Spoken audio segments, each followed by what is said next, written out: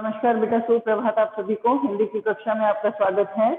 और पूर्व कक्षा में हमने अपने स्पर्श के पद्यांश भाग की मनुष्यता कविता को विराम दे दिया था। आज नए पाठ, नई कविता और नए कवि के साथ यहाँ उपस्थित हुए हैं जो हमारे पाठ्यक्रम में शामिल किए गए हैं और जिसका शीर्षक है पर्वत प्रदेश में पावस। पावस का क्या अर्थ है यहाँ पर? पावस का अर्थ है यहाँ पर वर्षा ऋतु। और स्थान कौन सा है? पहाड़ी प्रदेश, जिसमें चारों तरफ बहुत ही सुंदर पर्वत श्रृंखलाएं दिखाई देती है। जब आप अपनी पुस्तक के साथ इसका अध्ययन करोगे तो वास्तव में ये अध्ययन इतना सापेक्ष नजर आएगा कि हमारी कल्पनाओं में, हमारी जो विचार भूमि है उसमें ये पर्वत वाला पर्वतीय जो प्रदेश है उसकी एक भंगिमा जो है, उसका एक जो रूप है वो निखर कर अपनी आंखों के सामने प्रत्यक्ष होता हुआ दिखाई देगा। और ये जो तरीका है, ये जो इस तरह कल्पनाओं को साकार करने वाला जो रूप है, उसे हम कह सकते हैं यहाँ पर, उस लेखन कला को हम कहते हैं शैली। यानी ये कवि के एक विचार अभिव्यक्ति का ऐसा माध्यम है जिसके माध्यम से पाठक वर्ग न केवल उससे परिचित होता है बल्कि उसकी कल्पनाओं के सामने वो जो दृश्य है वो स्पष्ट रूप से साकार होने लगता है। ऐसी शैलीगत विशेषता थी इसकी सुमित्रानंदन पंत की। और ये जो कविता लिखी गई है पर्वत प्रदेश में पावस, ये वास्तव में प्रकृति के ऐसे सुंदर सुंदर चित्रों के माध्यम से हमारे समक्ष उपस्थित हुई है जिससे हम न केवल उन प्राकृतिक सुंदरता से परिचित होते हैं बल्कि इसमें अलंकारों के माध्यम से इस कविता को बहुत ज्यादा आकर्षक और प्रभावशाली भी बना दिया गया है। तो सबसे पहले बात आती है कवि की। अब कवि का जो परिचय है वो हमें अच्छे ढंग से पढ़ना है, क्योंकि कवि परिचय में से भी हमारे प्रश्न पत्र में जो है प्रश्न पूछे जा सकते हैं। तो बात आती है सुमित्रानंदन पंत। तो सुमित्रानंदन पंत जो है, उनका जन्म कहाँ हुआ था? उनका जन्म हुआ था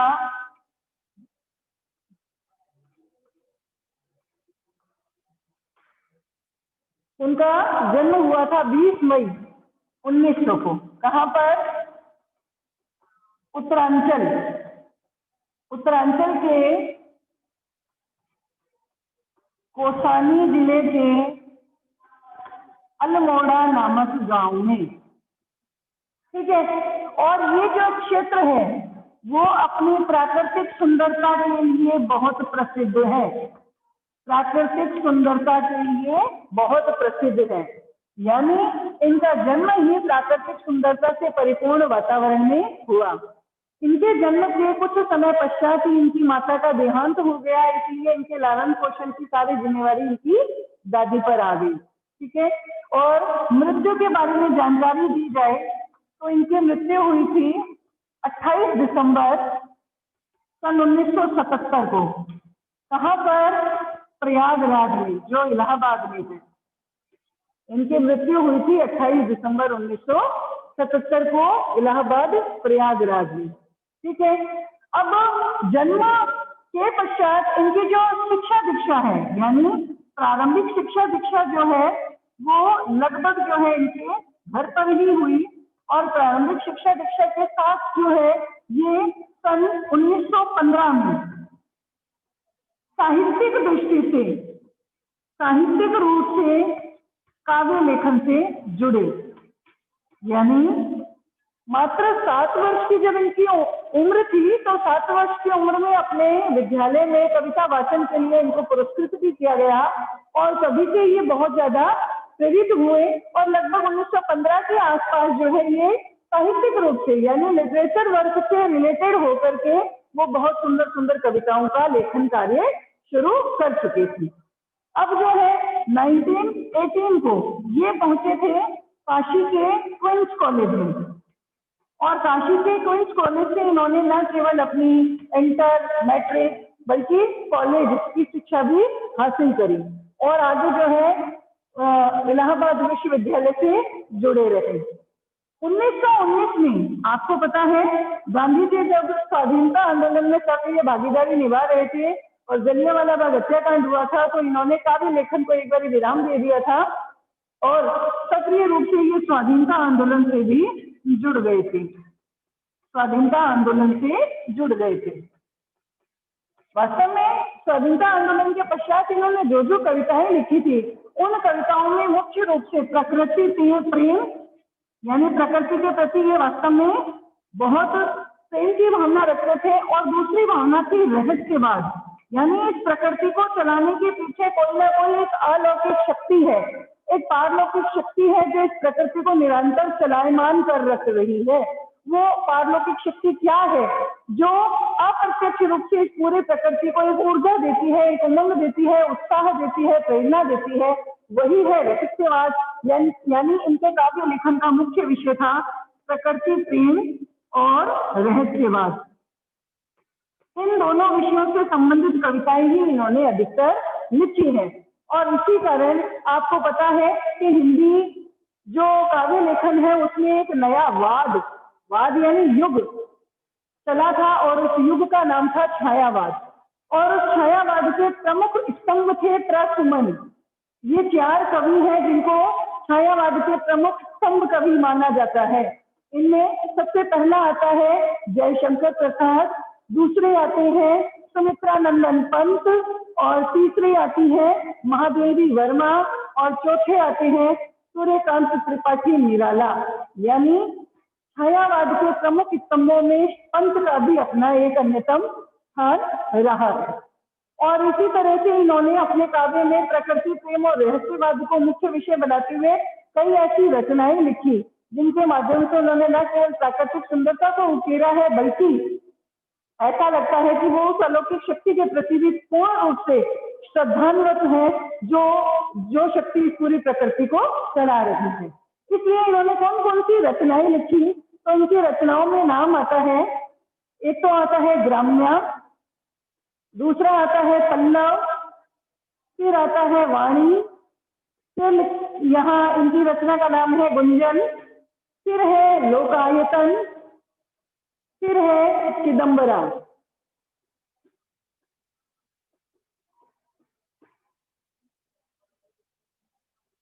कला तथा बूढ़ा चांद, एक और रचना है कला तथा बूढ़ा चांद, ये इनकी काव्य कृति है, कला तथा बूढ़ा चांद। और इस काव्य कृति के लिए इनको अवार्ड भी दिया गया था, यानी साहित्य से संबंधित जो अवार्ड है वो उनको मिला था, जिसका नाम था ज्ञानपीठ पुरस्कार। ठीक है, तो इनको कई पुरस्कारों से भी सम्मानित किया गया। उन पुरस्कारों में नाम आता है साहित्य अकादमी पुरस्कार, इनको साहित्य अकादमी पुरस्कार भी मिला। दूसरा ज्ञानपीठ पुरस्कार, ज्ञानपीठ पुरस्कार से भी इनको सम्मानित किया गया। फिर है सोवियत नेहरू रूस पुरस्कार, सोवियत नेहरू शांति पुरस्कार। इनकी जो रचना थी लोकायतन, इस लोकायतन नामक रचना के लिए इनको सोवियत नेहरू शांति पुरस्कार दिया गया।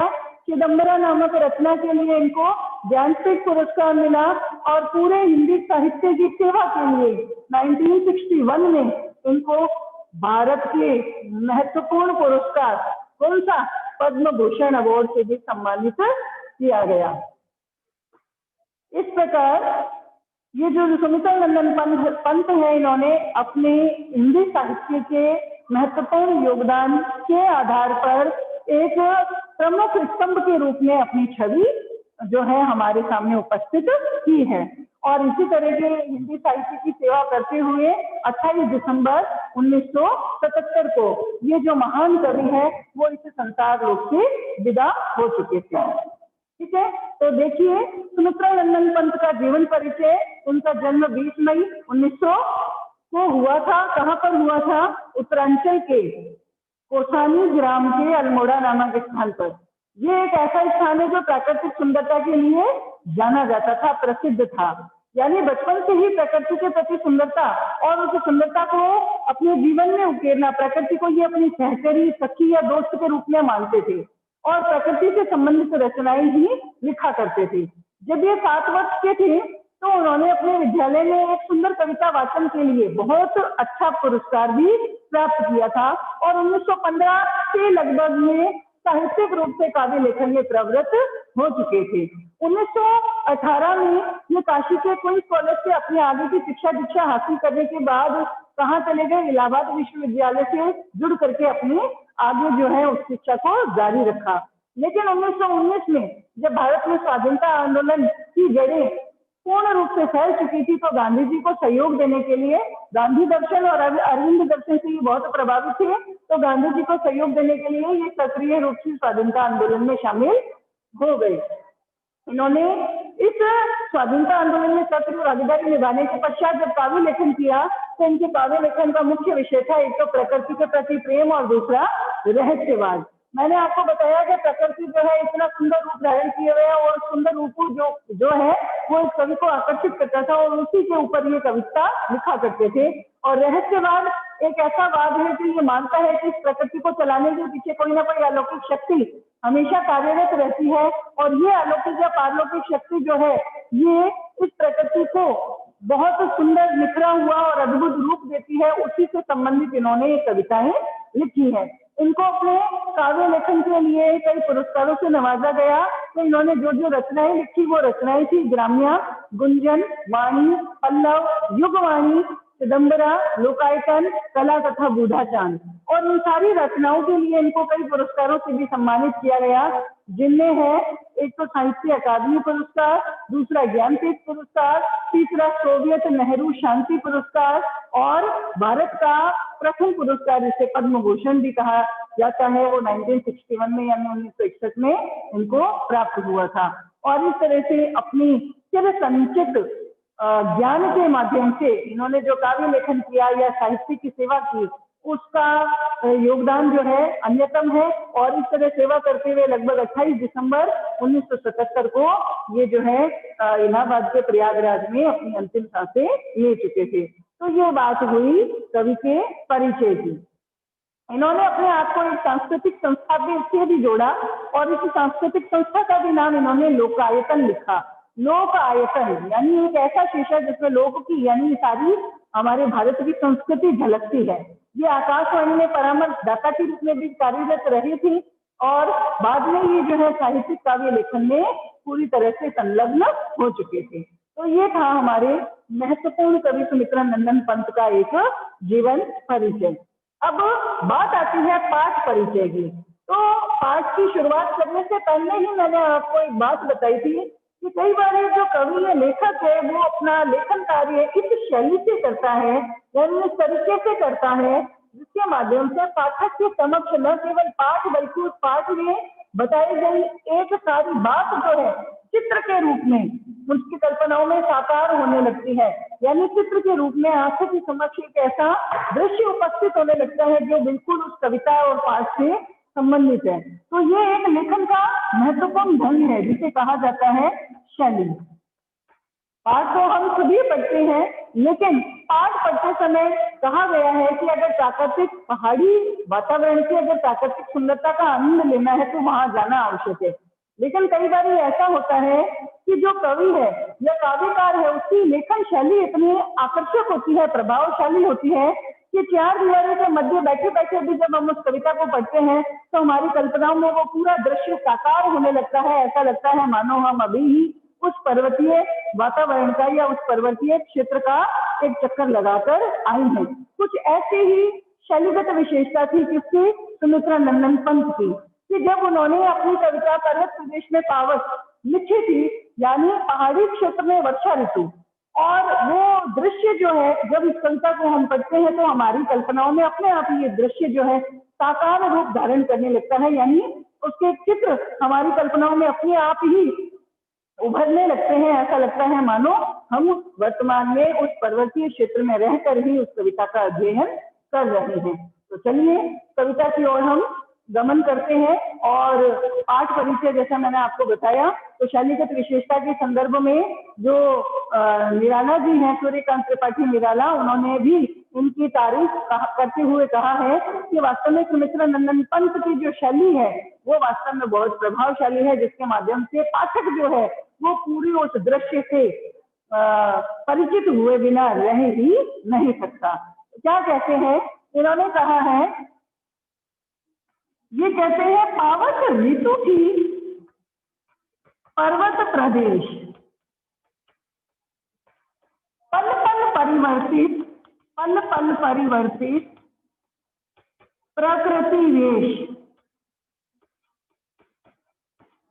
पहली दो पंक्तियां जो है उस वातावरण को हमारे सामने उपस्थित करती है जिसकी एशिया में ये कविता लिखी गई है। ध्यान से देखना बेटा, प प प प। जब एक ही वर्ण बार बार आता है तो हम कह सकते हैं कि यहाँ पर कौन सा अलंकार प्रयुक्त हुआ है? अनुप्रास अलंकार। यानी अलंकारों की जो शोभा है, अलंकारों के द्वारा इस कविता में जो चमत्कार है वो देखने को मिलता है। और न केवल अनुप्रास बल्कि उपमा, रूपक, उत्प्रेक्षा, मानवीकरण, ऐसे कई अलंकारों का प्रयोग किया है जो इस कविता की शोभा को, इस कविता की सुंदरता को और ज्यादा बढ़ा रहा है। क्या कहते हैं? देखो, प प, एक ही वर्ण बार बार आ रहा है तो यहाँ अनुप्रास अलंकार का प्रयोग हुआ है। शब्द का अर्थ जानते हैं, पावत यानी वर्षा, ऋतु यानी मौसम, यानी वर्षा ऋतु का समय था। स्थान कौन सा था? पर्वत यानी पहाड़ी, प्रदेश यानी क्षेत्र। के पहाड़ी क्षेत्र में वर्षा ऋतु का समय था और वर्षा ऋतु के समय में वो पहाड़ी क्षेत्र जो है उसमें पल पल यानी प्रतिक्षण, परिवर्तित यानी बदलता, प्रकृति यानी चारों ओर का आवरण, चारों ओर का वातावरण या आवरण, वेश यानी रूप, ठीक है। और वर्षा ऋतु के समय में पहाड़ी क्षेत्र जो है वो प्रतिक्षण चारों ओर से उसके रूप में हर समय बदलता हुआ रूप दिखाई दे रहा था। दोबारा से देखिए कि पहाड़ी क्षेत्र में वर्षा ऋतु का समय था और उस समय में उस पहाड़ी क्षेत्र का जो चारों ओर का वातावरण था वो बदलता हुआ रूप धारण कर रहा था प्रतिक्षण। यानी हर क्षण उस पहाड़ी वातावरण का जो रूप है वो परिवर्तित हो रहा था, बदल रहा था। यानी एक स्थायी रूप वहां दिखाई नहीं दे रहा था। अब वो रूप कैसा था? ध्यान दीजिएगा, कवि क्या कहते हैं? कवि कहते हैं, मेखलाकार पर्वत अपार, मेखलाकार पर्वत अपार, अपने सहस्त्र दृढ़ सुमन फाड़। ध्यान से पढ़ना बेटा, अपने सहस्त्र दृढ़ सुमन फाड़, अवलोक रहा है बार बार, अवलोक रहा है बार बार, नीचे जल में निज महाकार, नीचे जल में निज महाकार। देखिए तुकबंदी मिल रही है, अलंकारों का बहुत सुंदर प्रयोग किया गया है, लयबद्धता प्रशंसनीय है। कवि ने प्राकृतिक वातावरण की सुंदरता का वर्णन किया है जो पहाड़ी क्षेत्र से संबंधित है और वहां समय है वर्षा ऋतु का। और ये पहाड़ी जो क्षेत्र है वो बिल्कुल उनकी शैलीगत विशेषता के कारण हमारी आंखों के सामने दृश्य सापेक्ष होने लगता है, अर्थात कल्पनाओं में जो दृश्य है वो साकार हो उठता है। क्या कहते हैं? देखिए, मेखलाकार, आपने देखा होगा मेखलाकार यानी करधनी के आकार की। करधनी क्या होती है? महिलाओं का एक आभूषण होता है जो उनकी कमर में बांधा जाता है। और करधनी का जो आकार है वो कैसा दिखाई देता है? लगभग ऐसा दिखाई देता है। यानी पर्वत जो श्रृंखलाएं थे, पर्वत यानी पहाड़ और अपार यानी असंख्य, वहां उस पर्वतीय क्षेत्र में असंख्य पहाड़ थे और किस आकार में थे? मेखलाकार, करधनी के आकार में। ये जो मेखलाकार है, ठीक है, क्या कहते हैं कवि? मेखलाकार पर्वत अपार, कि उस पहाड़ी क्षेत्र में जो पहाड़ है, असंख्य पहाड़ है, वो करधनी के आकार में दिखाई दे रहे थे। अर्थात पहाड़, उस पहाड़ी क्षेत्र में असंख्य पहाड़ स्थित थे, ठीक है, करधनी के आकार में दिखाई दे रहे थे। ये पहाड़ी क्षेत्र है। अपने सहस्त्र दृढ़ सुमन फाड़, अब पहाड़ पर से यहाँ पर क्या है? मैदानी भाग है और इन मैदानी भागों में क्या है? सुंदर सुंदर फूलों की घाटियां हैं। देखिए बेटा, यहाँ उन कवि ने किस तरह से इस पूरे दृश्य को ही अपने अलंकारों के माध्यम से हमारे समक्ष उपस्थित कर दिया है। क्या कहते हैं कि पर्वत जो है असंख्य थे और करधनी के आकार में जो है उनकी श्रृंखलाएं फैली हुई थी। अपने यानी और पहाड़ जो है स्वयं के, सहस्त्र यानी हजारों। अब देखिए बेटा, दृढ़ डैश सुमन, यहाँ ये जो योजक चिन्ह है ये प्रयुक्त किया गया है। दृढ़ यानी आंखें और सुमन यानी फूल। यानी फूलों रूपी आंखें। तो ये जो योजक चिन्ह है ये कौन से अलंकार का उद्घोषक है? रूपक अलंकार का। फूलों रूपी आंखें, पहाड़ की क्या है आंखें? फूल। पहाड़ की जो नीचे घाटियां हैं उनमें खूब सारे सुंदर रंग बिरंगे फूल खिले हुए हैं। ऐसा लगता है मानो ये जो पहाड़ है अपनी हजारों फूलों रूपी आंखों को फाड़ कर देख रहे हैं, यानी खोल कर देख रहे हैं। ठीक है, क्या देख रहे हैं? अवलोकना यानी देखना, रहा है यानी पहाड़ रहे हैं, बार बार यानी पुनरावृत्ति करते हुए। तो ये जो पहाड़ है ये पुनरावृत्ति करते हुए देखने का प्रयास कर रही है। किसके माध्यम से? अपनी फूलों रूपी आंखों को खोल करके। कितने संख्या में है? हजारों की संख्या में है। और क्या देख रहे हैं? नीचे जल में। अब जब वो पहाड़ों पर से इस तरह से झरने निकलते हैं और झरने निकल करके एक तालाब में इकट्ठे होते हैं, और यहाँ इस तालाब में क्या है? खूब पानी भरा हुआ है। अब पहाड़ों की जो ये परछाई है ये इस पानी में भी दिखाई दे रही है। तो इस चित्र के माध्यम से ये पंक्तियां पूर्ण साकार होती है कि मेखलाकार यानी सर्दनी के आकार में असंख्य पर्वत श्रृंखलाएं फैली हुई है, और ऐसा लगता है कि नीचे बनी हुई घाटी में हजारों रंग बिरंगे फूल हैं जो इस पहाड़ की फूलों रूपी आंखें हैं। ये पहाड़ इन फूलों रूपी आंखों के माध्यम से नीचे नीचे यानी नीचे की तरफ, जल यानी तालाब में, नीचे यानी अपना महाकार यानी विशाल आकार, विशाल आकृति, विशाल रूप। तो ये जो पहाड़ है इस नीचे फैले हुए तालाब में अपने विशाल आकार को बार बार देखने का प्रयास कर रहा है, बार बार निहारने का प्रयास कर रहा है। अब बात आती है बेटा, पहाड़ जो है वो स्थिर है, निर्जीव है, लेकिन देखना क्रिया जो है वो जो है सक्रिय या सजीव प्राणियों की होती है। तो यहाँ पर जब किसी प्राकृतिक वस्तु में मानवीय क्रियाओं का आरोप किया जाता है तो वहां जो है अलंकार आता है मानवीकरण। वहां कौन सा अलंकार आता है? मानवीकरण। फिर से बता रही हूँ कि जब किसी प्राकृतिक या निर्जीव वस्तु में किसी मानवीय क्रिया का या मानवीय कार्यों का आरोप किया जाता है और उनको वैसा ही कार्य करते हुए दिखाया जाता है तो वहां पर मानवीकरण अलंकार प्रयुक्त होता है। पहाड़ों की अपनी आंखें नहीं होती जिसके माध्यम से वो देख सके, तो यहाँ दिया जाता है कि मैदानी भाग में जो हजारों की संख्या में फूल है वो पहाड़ की हजारों आंखों के रूप में है। तो यहाँ कौन सा अलंकार आया? रूपक अलंकार। फूलों रूपी आंखें, रूपक अलंकार।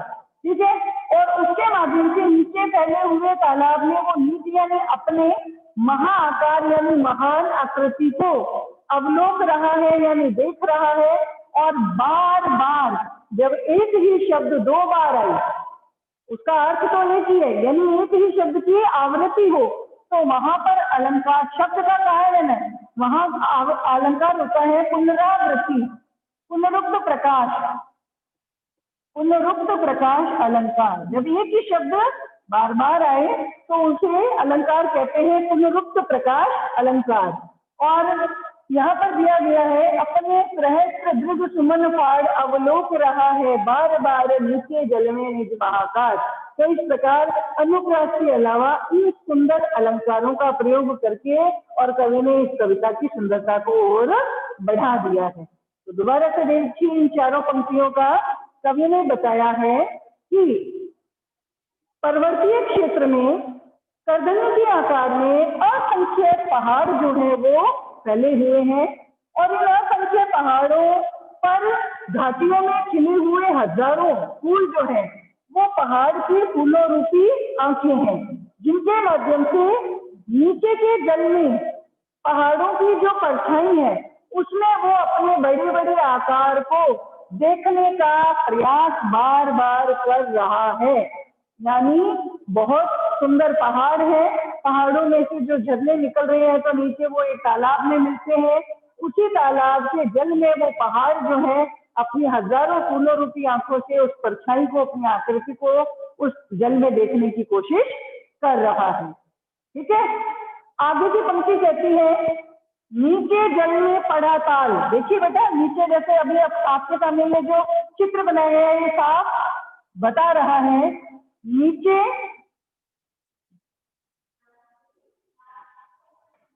नीचे जल में पड़ा ताल क्या कहते हैं? देखिए, जिसके चरणों में पड़ा ताल, जिसके चरणों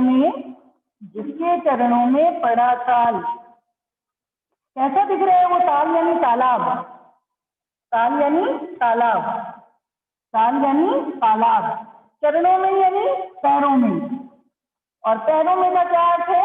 निचले हिस्से में या नीचे के भाग में, नीचे की ओर। ठीक है, किसके? पहाड़ों के नीचे की ओर पड़ा है यानी बना हुआ है। क्या बना है? तालाब। कैसा बना है? वो कैसा दिखाई दे रहा है? दर्पण सा फैला है विशाल, फैला है विशाल। विशाल है यानी विस्तृत है, बहुत बड़ा है। ठीक है, और बहुत बड़े भूभाग पर फैला हुआ है।